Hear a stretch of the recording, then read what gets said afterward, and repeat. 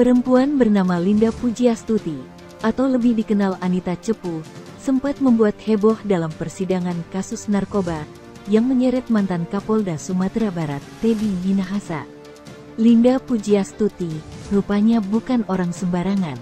Kuasa hukum Linda mengungkapkan sosok Linda yang sebenarnya.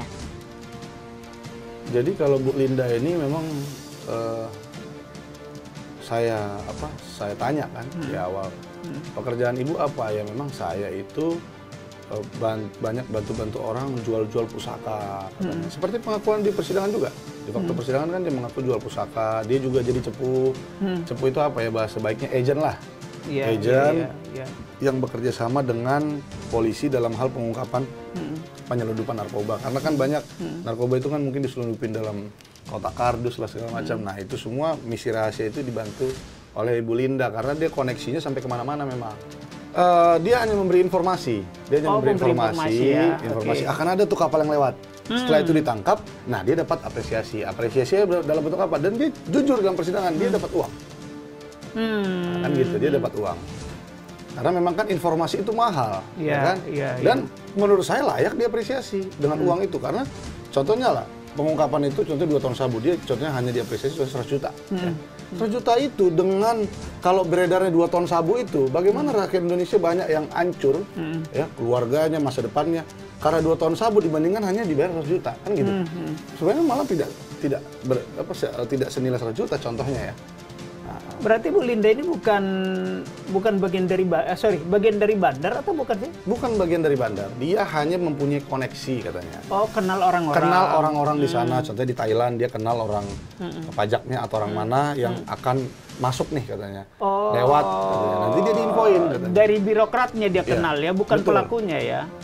Bukan pelakunya dan katanya memang bukan penjahatnya. Mantan penjahat juga ada. Katanya mantan-mantan penjahat yang pernah berhubungan, saya juga nggak tahu apa kenal di Klasik, apa kenal di mana ya. Yang jelas dia nggak memberikan informasi kepada saya terlalu dalam karena saya tanya, dia bilang ya saya hanya bisa kasih tahu sebatas itu karena ini rahasia. Kalau saya kasih tahu mungkin bisa habis semua koneksi saya itu katanya. Itu yang dijaga sama dia. Bekal pengalaman kerjanya sebagai GRO dari sebuah layanan spa di sebuah hotel, Linda memiliki banyak koneksi. Adril mengungkap, koneksi yang dimiliki Linda tak main-main, bahkan banyak koneksi Linda yang sengaja tak diungkap, karena merupakan orang-orang penting. Terutama pada bandar-bandar narkoba, yang sedang ingin menyelundupkan narkoba ke Indonesia. Pekerjaan Linda yang juga menjual keris-keris pusaka, membuatnya memiliki koneksi hingga ke Kesultanan Brunei. Teddy Minahasa yang menamain kamu Anita. Iya memang kenalnya di Klasik dulu, Anita. Jadi ibarat nama panggung. Iya, jadi memang katanya di Klasik itu baik terapis baik GRO semua itu nggak ada nama asli sesuai KTP. Nama ini nama samaran lah ya.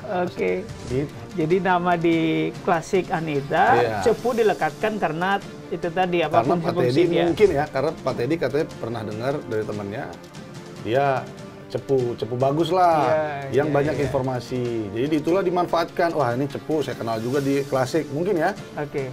Di wah ini untuk naik jabatan, saya pakailah kan gitu. Menarik karena Ibu Linda menyampaikan ke saya itu selalu dimanfaatkan Pak. Koneksi saya, udah badan saya dimanfaatkan. Yang pertama, yang kedua, koneksi saya untuk cepu-cepu, ya untuk bandar dan segala macam itu dimanfaatkan juga agar dia dapat posisi strategis kan. Habis itu juga dia mau jual 100 kilo tadi. Nah, itu kan dimanfaatkan semua. Tambah lagi ke Brunei. Ya kan? Dimanfaatkan juga koneksinya ke mana? Koneksinya ke Kesultanan Brunei untuk jual pusaka tadi. Jadi ya itu katanya saya baru sadar ya, maksudnya selama ini dimanfaatkan ya. Kayak gitu. Saya juga kasihan juga sama Bu Linda gitu kan. Adril juga mengungkap, awal mula Linda dekat dengan Teddy Minahasa, karena Teddy doyan memesan layanan spa plus di mana tempat Linda bekerja dulu. Hubungan Linda dengan Teddy semakin dekat, hingga mereka berdua memutuskan untuk menangkap penyelundupan narkotika sebanyak 2 ton. Namun, penangkapan tersebut sengaja dibatalkan oleh Linda, karena mendengar rencana Teddy yang ingin menyisihkan 100 kg sabu untuk dijual kembali. Sekitar tahun 2005 atau 2006, ya. Saya saat kuliah di UI, saya bersama teman-teman saya sering kalau selesai kuliah itu sauna atau spa di Hotel Klasik Pecenongan.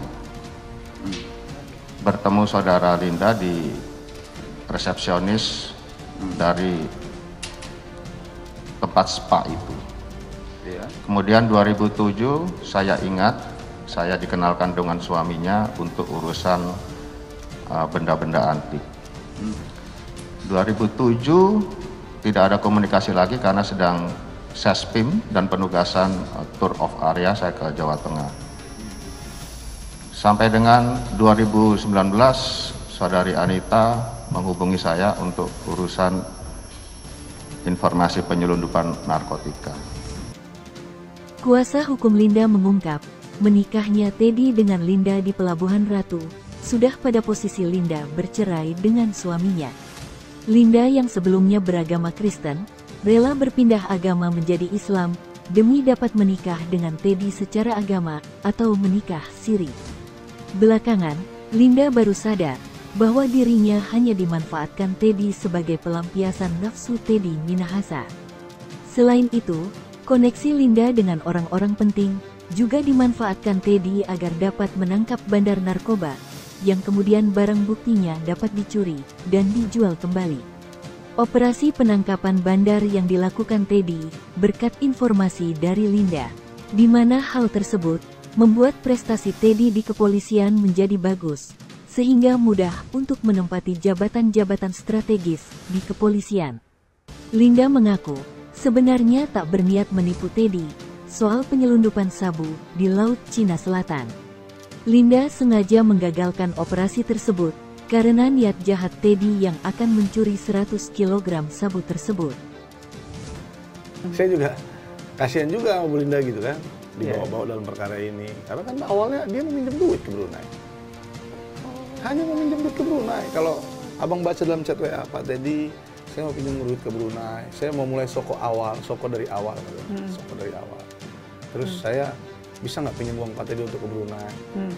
Dibalas sama Pak Teddy. Iki ono barang 5 kilo, wes golek no lawan katanya. Jadi awalnya dia mau minjem duit, kalau dikasih lah sama Pak Teddy, contohnya dikasih, ini duitnya, ya udah kamu hati-hati. Nggak jadi kan, Bu Linda ketarik kan. Tapi karena orang lagi butuh uang, kesulitan ekonomi, nggak ada duit, dikasih cara untuk nyari duit, ya dilakukan. Gitu, jadi niat awal nggak ada memang, tapi setelah dikasih tahu, jadi kepikir, udahlah saya jual aja, saya nggak ada duit kan gitu. Oke. Gitu.